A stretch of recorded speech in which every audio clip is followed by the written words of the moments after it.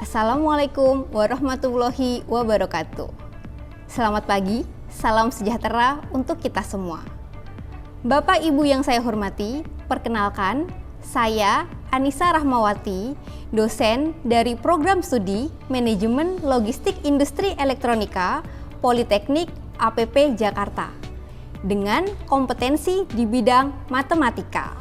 Pada kesempatan kali ini, saya akan menyampaikan pernyataan diri dalam unjuk kerja Tridharma Perguruan Tinggi atau PDD UKT-PT pada bidang pengajaran untuk sertifikasi dosen 2026 pada mata kuliah yang saya ampu yaitu Matematika Bisnis. Mata kuliah Matematika Bisnis merupakan mata kuliah pada semester 1 di kurikulum OBE atau Outcome Based Education Program Studi Manajemen Logistik Industri Elektronika tahun 2025. Mata kuliah ini merupakan mata kuliah teori dengan bobot 2 SKS. Mata kuliah ini menjadi bekal mahasiswa untuk mengambil mata kuliah di semester selanjutnya seperti riset operasi dan manajemen persediaan. Mata kuliah ini membekali mahasiswa dalam melakukan operasi dasar matematika serta aplikasi penerapannya khususnya pada bidang manajemen logistik. Mata kuliah ini tidak hanya berfokus pada kemampuan berhitung, tetapi juga kemampuan berpikir logis, analitis, kritis, dan sistematis dalam penyelesaian permasalahan. Pokok bahasan yang tercakup dalam mata kuliah ini adalah bilangan dan tanda, operasi pangkat dan akar, fungsi baik linier maupun nonlinier, serta persamaan linier, pertidaksamaan linier, barisan dan deret, aritmatika maupun geometri, kaidah dasar turunan, serta matriks. Kerangka pembelajaran yang saya gunakan pada mata kuliah Matematika Bisnis untuk mendukung kurikulum OBE terdiri dari 3 komponen, yaitu delivery, interaction, dan assessment. Delivery merupakan cara saya sebagai dosen menyampaikan pengalaman belajar bagi mahasiswa. Bentuk penyampaian materi dengan ceramah interaktif dengan media PowerPoint, modul, dan e-learning. Materi yang disampaikan telah disusun bersama tim dosen pengampu mata kuliah dari beberapa buku referensi. Di antaranya yaitu Introductionary Mathematical Analysis oleh Ernest Hausler, Richard Powell, dan Richard Wood. A Guide to Business Mathematics oleh Gerald O'Regan. Serta Matematika Terapan untuk Bisnis dan Ekonomi oleh Dumairi. Selain menggunakan media PowerPoint, modul, dan e-learning, media lain yang digunakan juga ada, seperti media berbasis web yaitu Kahoot, GeoGebra, dan Wolfram Alpha, serta media berbasis aplikasi yaitu Microsoft Excel dan Maple. Pada komponen kedua yaitu interaction, adalah cara saya selaku dosen membangun pembelajaran yang aktif bersama mahasiswa. Pendekatan yang digunakan adalah SCL atau Student Centered Learning, di mana saya selaku dosen sebagai fasilitator dan mahasiswa sebagai subjek dalam proses pembelajaran.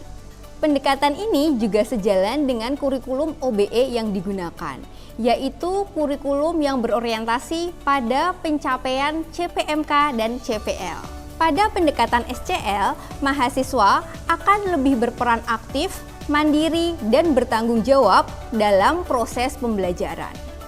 Untuk mendukung pendekatan SCL tersebut, saya menggunakan beberapa cara seperti ceramah interaktif, yaitu dengan adanya beberapa pertanyaan maupun diskusi di sela-sela pembelajaran. Kemudian ada inquiry learning, yaitu memperkenalkan masalah yang menarik perhatian sehingga mendorong mahasiswa untuk bertanya. Dan yang terakhir dengan PBL atau Problem Based Learning, yaitu menggunakan masalah nyata sebagai titik awal proses pembelajaran. Sehingga mahasiswa akan mendiskusikannya, membahas, menganalisa, kemudian mendapatkan solusi atas permasalahan tersebut. Untuk selanjutnya di kategori ketiga ada assessment, yaitu upaya untuk mengukur ketercapaian CPMK. Penilaian telah berdasarkan kriteria yang telah ditentukan sebelumnya. Kriteria tersebut kemudian digunakan sebagai dasar pembuatan soal pada kuis, tugas, maupun ujian. Keaktifan di kelas juga menjadi salah satu poin untuk melakukan penilaian. Pada mata kuliah Matematika Bisnis terdapat 5 CPMK. Untuk CPMK yang pertama, memahami konsep bilangan dan tanda, pangkat, serta akar dalam operasi dasar matematika. Untuk CPMK kedua, memahami konsep dasar matematika yang meliputi fungsi, persamaan, sistem persamaan, barisan dan deret, turunan, serta matriks sebagai dasar analisis dalam manajemen logistik. CPMK 3 menggunakan fungsi, persamaan, sistem persamaan linier, matriks, serta model matematika untuk menyelesaikan permasalahan pada bidang bisnis dan logistik. CPMK 4 memahami konsep pertidaksamaan linier, dan sistem pertidaksamaan linier, kemudian menggunakannya dalam penyelesaian masalah.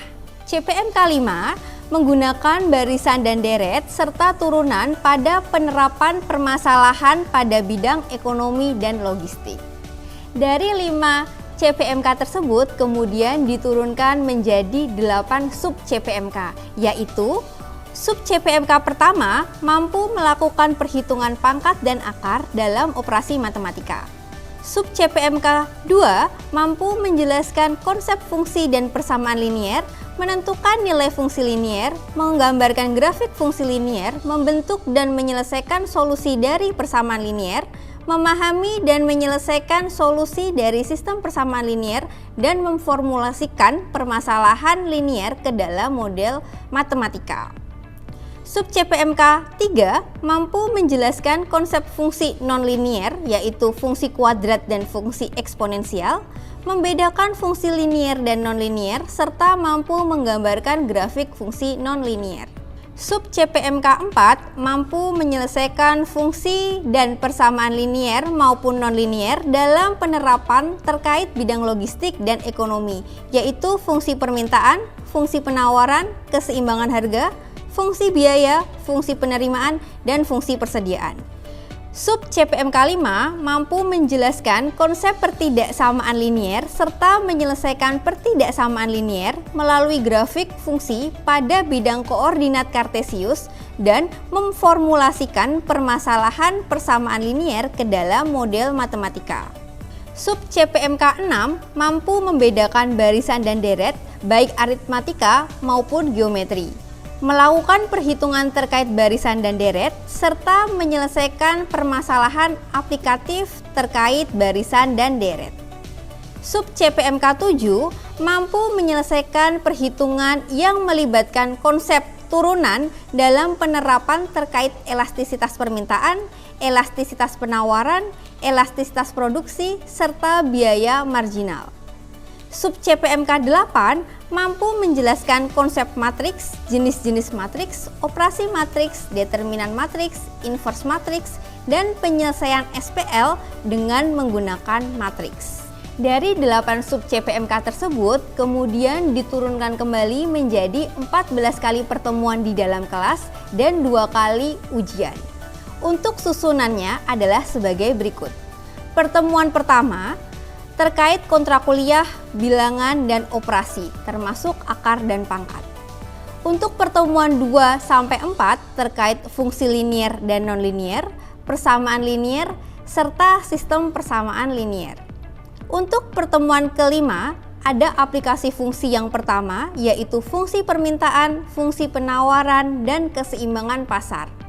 Untuk pertemuan keenam, aplikasi fungsi yang kedua, yaitu fungsi biaya, fungsi penerimaan, serta biaya persediaan. Pertemuan ketujuh terkait pertidaksamaan linier serta aplikasinya. Selanjutnya ada UTS pada pertemuan ke-8. Setelah UTS dilanjutkan ke pertemuan 9, yaitu terkait barisan dan deret. Untuk pertemuan 10 terkait aplikasi barisan dan deret, baik aritmatika maupun geometri. Untuk pertemuan 11 terkait turunan fungsi. Pertemuan 12, aplikasi turunan yaitu fungsi naik dan turun, nilai optimal, elastisitas, dan biaya marginal. Pertemuan 13-14 terkait matriks. pertemuan 15 review untuk persiapan ujian akhir. Sementara di pertemuan terakhir, di pertemuan 16 ada ujian akhir semester. Untuk persentase penilaiannya ada 5% dari absensi, 10% keaktifan di kelas, 25% dari tugas, dan 30% baik UTS maupun UAS. Sebagai gambaran perkuliahan mata kuliah Matematika Bisnis, marilah kita saksikan rekaman video pembelajaran di kelas yang telah saya lakukan bersama mahasiswa. Selamat menyaksikan. Oke, Assalamualaikum warahmatullahi wabarakatuh.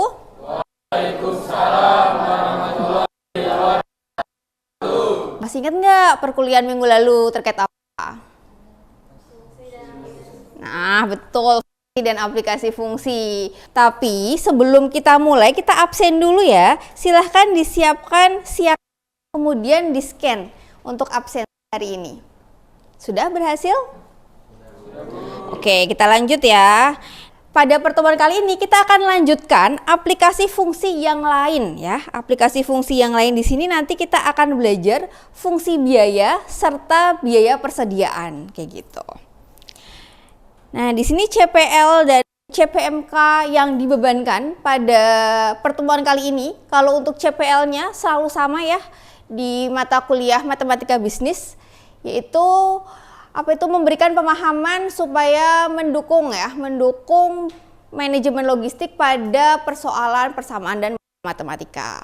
Sementara kalau CPMK dan sub CPMK pada pertemuan kali ini itu terkait penerapan fungsi, khususnya yang di sini adalah fungsi biaya dan fungsi persediaan. Seperti itu. Oke, kita lanjut aja karena sudah ada sub CPMK-nya. Oke, kita mulai ke materi yang pertama terkait fungsi biaya. Fungsi biaya yang kita pelajari ada dua jenis. Nah, ini ada fixed cost dan ada variable cost. Fixed cost itu adalah biaya yang tidak berubah. Jadi mau kondisinya seperti apapun ya biayanya tetap sekian. Oke, jadi kalau variable cost itu kebalikannya ya. Kalau fixed cost tetap tuh biayanya. Kalau variable cost itu berarti berbeda-beda. Kalau misalkan contohnya di produksi, semakin banyak produksinya biasanya biayanya semakin banyak. Contohnya tadi tepat salah satunya bahan baku. Ya kan, semakin banyak yang kita buat, pasti bahan bakunya semakin banyak. Otomatis biayanya juga semakin banyak, kayak gitu. Contoh-contohnya sudah ada di slide nih. Nah, bisa dilihat di sini juga. Nah, kalau ini contoh yang variable cost-nya. Ada bahan baku sama ada packaging. Sampai di sini kira-kira apakah ada pertanyaan? Bu, saya mau nanya Bu. Oke, silahkan Ahmad. Sebelumnya itu Bu, biaya listrik dan biaya air itu masuknya tuh ke biaya variabel atau biaya tetap ya Bu? Oke, bagus sekali untuk pertanyaannya Ahmad. Boleh applause dulu ke pertanyaannya Ahmad. Listrik sama air itu bisa dipandang sebagai fixed cost maupun variable cost. Apabila nominalnya itu tidak terlalu jauh berbeda, misalkan kita memproduksi sedikit atau beraktivitas dalam IKM misalkan nggak terlalu banyak, listriknya segitu-segitu aja, itu bisa dipandang sebagai fixed cost. Tapi kalau emang cost-nya itu terlalu berbeda, signifikan, setiap bulannya berbeda, itu bisa dipandang sebagai variable cost. Cukup seperti itu Ahmad, apakah sudah menjawab? Sudah Bu. Oke, baik. Selanjutnya kita lanjut ke fungsinya, bentuk fungsinya. Kalau tadi kan kita belajar definisi sama contoh-contohnya. Nah, sekarang ini bentuk fungsinya. Fungsi biaya tetap bisa dinyatakan sebagai FC itu sama dengan suatu K, suatu angka, konstanta. Nah, sehingga fungsi ini merupakan fungsi konstan. Masih ingat fungsi konstan itu apa? Oke, silakan Fadli. Fungsi konstan itu adalah fungsi sama dengan suatu bilangan, Bu. Oke, good job. Boleh applause buat Fadli? Ya, fungsi konstan itu mudahnya adalah fungsi fx gitu kan, sama dengan suatu angka. Seperti yang sudah kita pelajari di pertemuan 3 minggu lalu, pertemuan 3 dan 4 ya, itu ada fungsi konstan. Nah, fixed cost itu dinyatakan sebagai fungsi konstan seperti ini. FC sama dengan K. K-nya ini suatu angka. Contohnya seperti apa? Kita bisa tuliskan di sini. Misalkan biaya listrik atau biaya sewa gudang itu adalah 1 juta per bulan. Nah,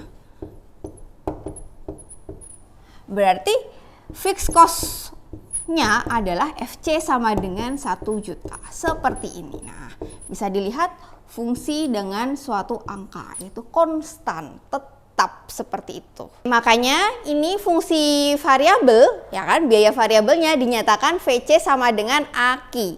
A-nya merupakan biaya per unitnya. Q-nya adalah kuantitinya. Semakin besar kuantitinya, maka biaya variabel cost-nya itu juga semakin besar. Nah, gitu. Nah, sekarang ada yang namanya total cost. Total cost itu apa? Total cost itu adalah penjumlahan atau ya berarti gabungan antara fix iya, variabel iya. Jadi total cost merupakan penjumlahan dari fixed cost dengan variable cost. Tadi kan sudah dinyatakan sebagai konstan dari si fixed cost-nya, ya kan. Kalau AKI-nya punyanya si VC, makanya total cost yang dinyatakan sebagai TC itu adalah K ditambah AKI, dengan Q-nya adalah quantity. Kira-kira gradien antara si VC sama si TC ini sama atau beda? Sama ya? Oke, betul. Teman-teman setuju nggak kalau gradiennya sama? Oke, good ya. Jadi gradiennya sama. Oke, dari contoh ini, kira-kira informasi apa yang diketahui dari contoh soal ini? Iya, apa? Informasi yang diketahui yaitu ada fixed cost-nya yaitu 10.000 dan variable cost-nya itu 100Q. Oke, benar sekali. Good job untuk Rifka. Boleh aplaus untuk Rifka? Ya, oke. Nah, mungkin saya akan menambahkan terkait grafiknya. Nah, ini mungkin grafiknya bisa dilihat kalau fixed cost-nya di sini ada 10.000, kemudian grafik VC-nya adalah 100Q seperti ini. Nah, TC-nya kita geser dari grafik VC ke sini. Nah, jadi ujungnya dimulai dari K sama dengan 10.000. Ini adalah grafik si TC-nya. Begitu, gitu ya. Nah, kira-kira untuk biaya persediaan ini, apakah sudah paham atau ada lagi yang ingin ditanyakan atau diskusikan gitu? Sudah? Berarti siap untuk ke materi selanjutnya? Oke, good. Nah, sekarang kita ke biaya persediaan ya. Nah, biaya persediaan nanti kalian juga akan mendapatkan lebih lanjutnya di manajemen persediaan. Nah, jadi di semester 3 nanti ada manajemen persediaan, ada warehouse management juga kayak gitu. Nah, pada dasarnya biaya persediaan itu terdiri dari 2 jenis biaya, yaitu biaya simpan atau holding cost dan biaya pesan atau ordering cost gitu. Ya, jadi saat kita ingin menghitung biaya simpan, kita harus memperhatikan 2 hal, yaitu jumlah barangnya dan yang kedua adalah biaya penyimpanan per unit barangnya. Berarti biaya simpan bisa kita nyatakan seperti ini, setengah H dikali Q. Nah, biaya simpan ini merupakan fungsi dengan variabel apa? Oke, good. Jadi variabelnya itu Q-nya ini. Nah, ini merupakan fungsi linear atau non-linear? Oke, kenapa linear? Karena pangkatnya 1. Oke, pangkat dari variabel apa? Iya, ya dia linear karena pangkat dari variabelnya yaitu Q adalah 1. Gitu ya guys. Oke, ada pertanyaan mungkin? Saya Bu izin bertanya. Oke, silahkan Bianca. Kalau untuk biaya simpan, melihat dari biaya per unitnya itu, apakah beda barang juga beda biayanya Bu? Oke, terima kasih untuk pertanyaannya Bianca, good job ya, itu pertanyaan yang bagus sekali. Nah, apakah kira-kira kalau beda barang itu jadi beda biaya simpannya? Kira-kira bagaimana? Beda, betul, otomatis beda. Jadi misalkan di gudang itu ada banyak sekali barangnya, ya kita harus melihat biaya simpan masing-masing barangnya dulu. Baru kita akumulasikan total biaya simpan untuk berbagai jenis barang ini berapa gitu. Jadi jawabannya adalah benar beda-beda. Oke, karena sudah pada paham terkait biaya simpan atau holding cost, kita lanjut ke biaya pesan ya.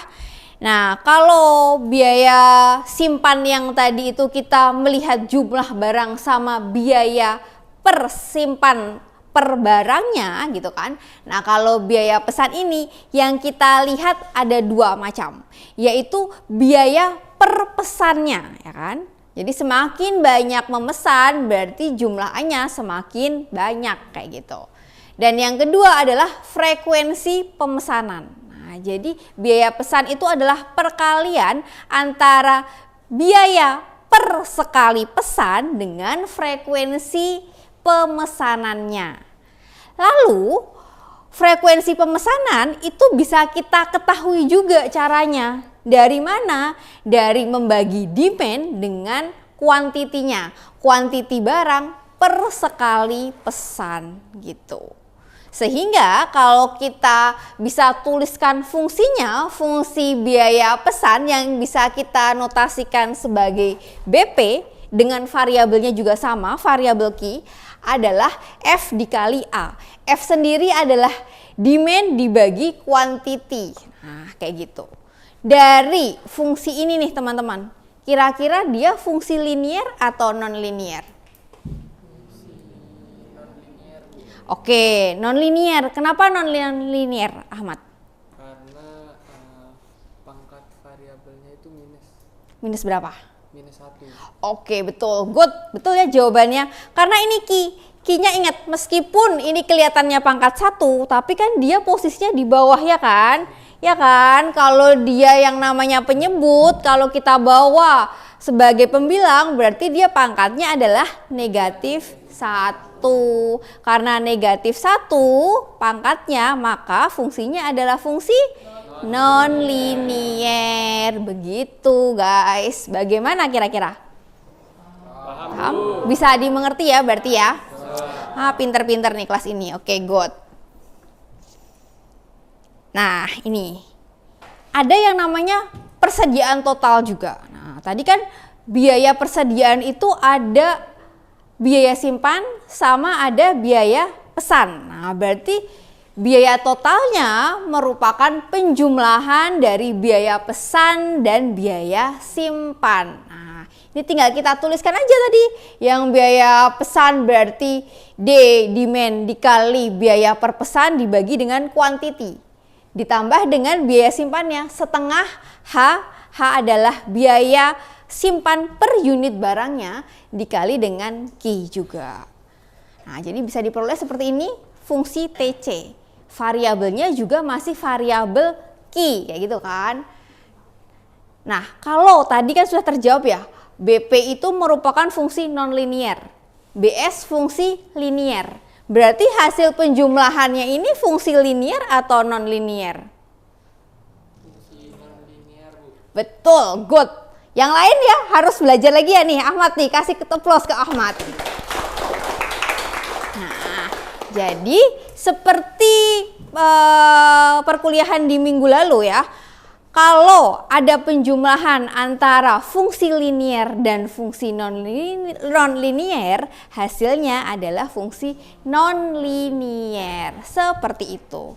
Ini merupakan fungsi total cost-nya. Kalau kita lihat grafiknya bentuknya akan seperti ini. Nah, yang hijau ini merupakan biaya pesannya, sementara yang kuning itu adalah biaya simpannya, dan yang merah itu yang atas adalah total cost-nya.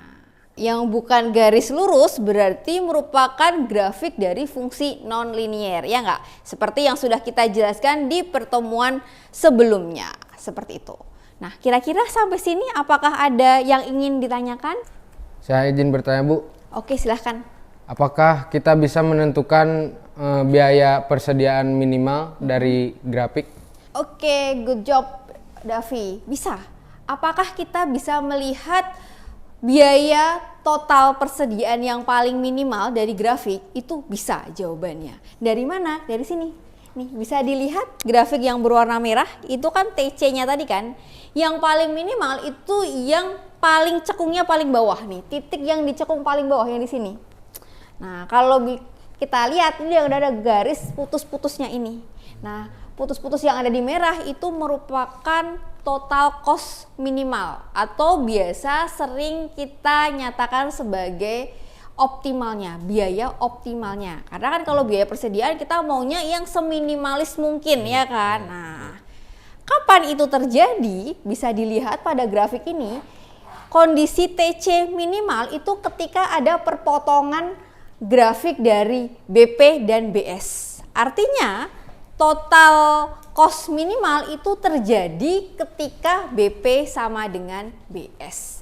Kalau kita bisa menentukan TC minimal, berarti kita juga bisa menentukan jumlah key-nya, jumlah barangnya yang optimal supaya biayanya juga minimal gitu. Nah, caranya gimana? Ini sesuai syaratnya tadi, kita bisa menentukan biaya minimal itu ketika perpotongan BP dan BS ini. Artinya kondisinya antara biaya pesan dan biaya simpannya harus sama. Oke, berarti kita bisa menentukan key optimalnya dengan syarat BP-nya sama dengan BS. Nah, BP apa di situ? Oke. Kalau BS-nya?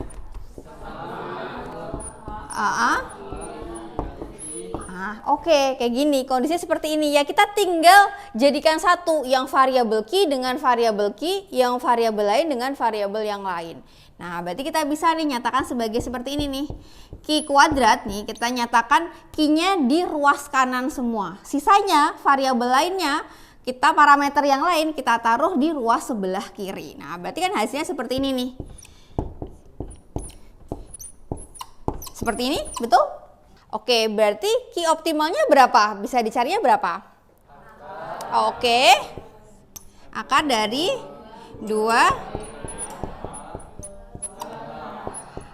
Oke, berarti kita bisa menentukan key optimalnya seperti ini. Dan setelah kita bisa mendapatkan key optimalnya, kita akan bisa menentukan biaya minimalnya. Begitu kira-kira teman-teman, apakah paham? Paham ya? Oke, karena sudah pada paham, nah supaya bisa menggali lagi, kalian bisa menentukan kalau kasus-kasus tertentu itu seperti apa, maka saya akan memberikan studi kasus untuk tugas. Ya kan, tadi kan udah bisa tuh, udah paham secara konsepnya. Nah, sekarang bagaimana kalau penyelesaiannya pada suatu kasus? Nah, silahkan nanti dikerjakan ya teman-teman ya, biar kalian semakin paham materi hari ini gitu. Nah, karena sudah tugas ya, berarti kita sudah di ujung dari perkuliahan hari ini nih. Kira-kira ada nggak hal yang ingin ditanyakan atau didiskusikan lagi sebelum kita mengakhiri kelas? Tidak ada? Cukup?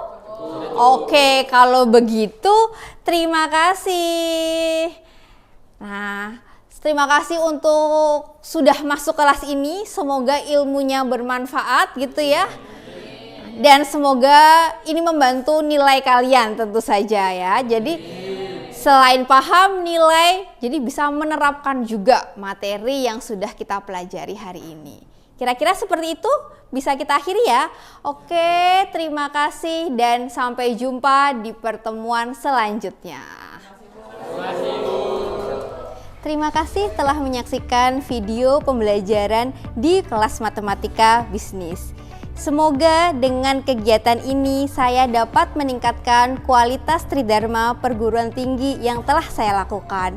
Wassalamualaikum warahmatullahi wabarakatuh.